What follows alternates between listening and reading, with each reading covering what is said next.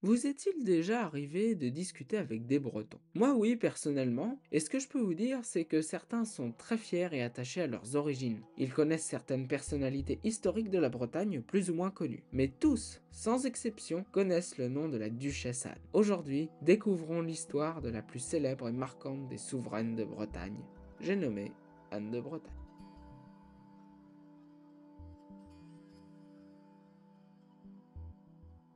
Anne de Bretagne naît le 25 ou 26 janvier 1477, selon les sources, à Nantes. Elle est la fille aînée du duc de Bretagne François II et de Marguerite de Foix, elle-même fille du comte Gaston IV de Foix-Béarn et de la reine Éléonore de Navarre. Durant ses premières années de vie, elle grandit entre trois villes, qui sont Nantes, Vannes et Clisson. Son éducation est confiée à une certaine Françoise de Dinon, comtesse de Laval et marraine d'Anne. Elle apprend à lire et à écrire le français ainsi que le latin. Elle est initiée dans le même temps à l'histoire. Plusieurs précepteurs s'occupent alors d'elle, et notamment le poète de la cour Jean Méchineau, de 1488 à 1491, date de sa mort. Il fut aussi son maître d'hôtel et son enseignant pour la chasse du faucon. On lui aurait également enseigné la danse, le chant et la musique. À cette époque, la succession du duché de Bretagne est régie par le traité de Guérande de 1365. N'ayant pas d'héritier mâle, François II transgresse alors ce traité et fait de Anne l'héritière présomptive par les États de Bretagne, réunis à Rennes le 20 février 1486. Elle devient ainsi duchesse de Bretagne à partir de la mort de son père. Durant toute sa vie,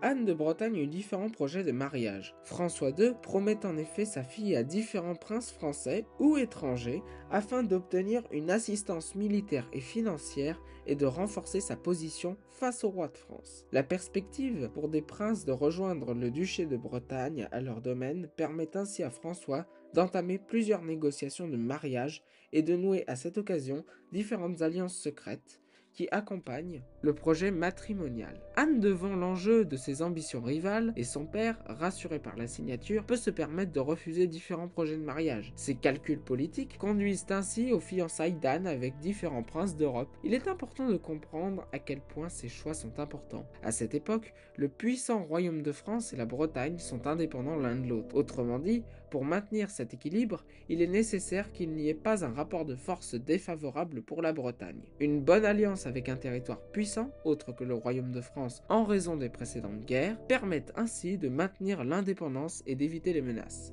Mais bref, revenons à notre histoire. Elle fut d'abord fiancée en 1481 à Édouard, prince de Galles et fils du roi d'Angleterre Édouard IV.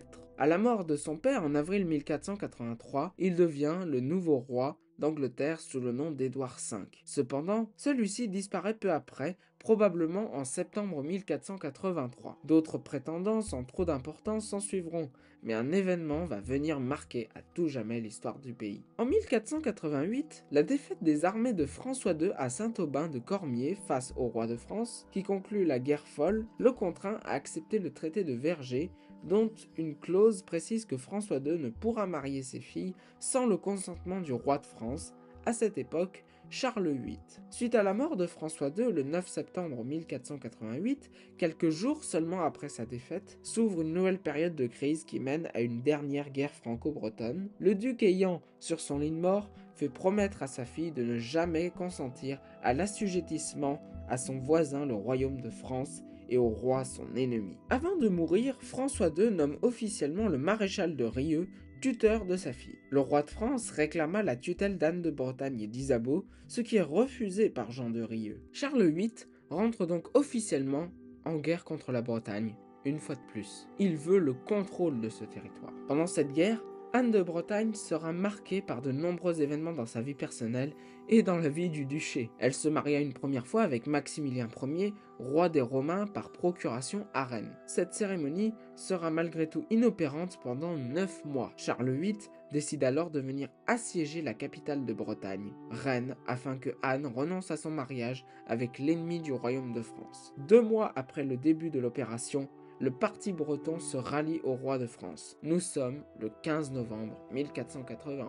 Le mariage de Charles VIII et de Anne de Bretagne a lieu officiellement le 6 décembre 1491. À cette occasion sont définies les conditions d'intégration de la Bretagne. Anne exige alors deux choses. La première est l'absence d'impôt sur les routes dans le territoire du duché. En réalité, l'impôt tel qu'on le connaît sur les autoroutes aujourd'hui n'est pas du tout une conception récente. Déjà au Moyen Âge, les paysans devaient payer un impôt sur les routes afin de transporter leurs marchandises de leur ferme jusqu'au moulin du seigneur et vice-versa. Cette première mesure de la duchesse a eu aujourd'hui pour conséquence la gratuité totale des autoroutes en Bretagne. La deuxième mesure exigée et l'absence d'impôt sur le sel. À cette époque, le sel est utilisé un peu partout dans la cuisine.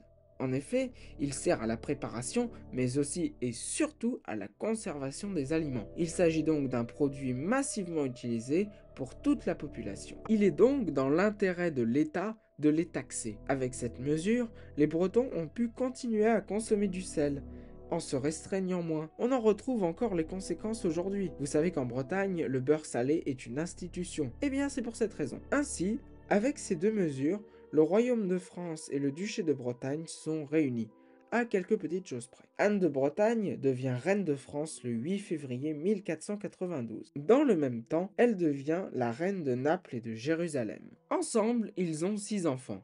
Ils sont à la tête du royaume durant 8 ans. Cependant, le roi Charles VIII meurt le 7 avril 1498 et la Bretagne récupère donc partiellement son indépendance. Anne restaure la chancellerie de Bretagne, convoque les États de Bretagne et émet une monnaie à son nom, une monnaie d'or à son effigie. 3 jours après la mort du roi, l'idée du mariage entre Anne et le successeur de Charles VIII, Louis XII, émerge. Le 18 août 1498, Anne de Bretagne promet d'épouser Louis XII, quelques jours après le début du procès en reconnaissance de la nullité de l'union entre Louis XII et Jeanne de France. Ce contrat de mariage est conclu dans des conditions radicalement différentes de celles du second. À l'enfant vaincu a succédé une jeune reine et duchesse souveraine de l'État breton, désormais incontestée, en face de qui l'époux est un allié, ami et prétendant. Louis XII reconnaît l'intégralité des droits sur la Bretagne. C'est l'union de deux couronnes, ducale et royale.